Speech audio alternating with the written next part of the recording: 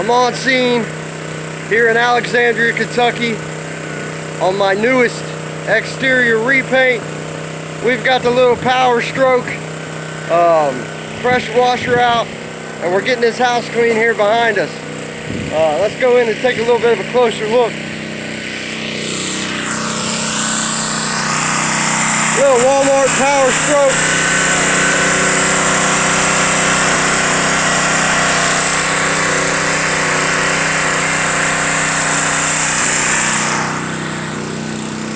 What Adam's doing, Adam is coating the house with a 30-second, it's like a 30-second chemical type deal.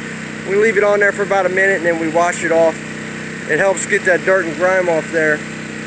Because we're absent the MITM pressure washer, this one doesn't have as much pressure. We're using this Tornado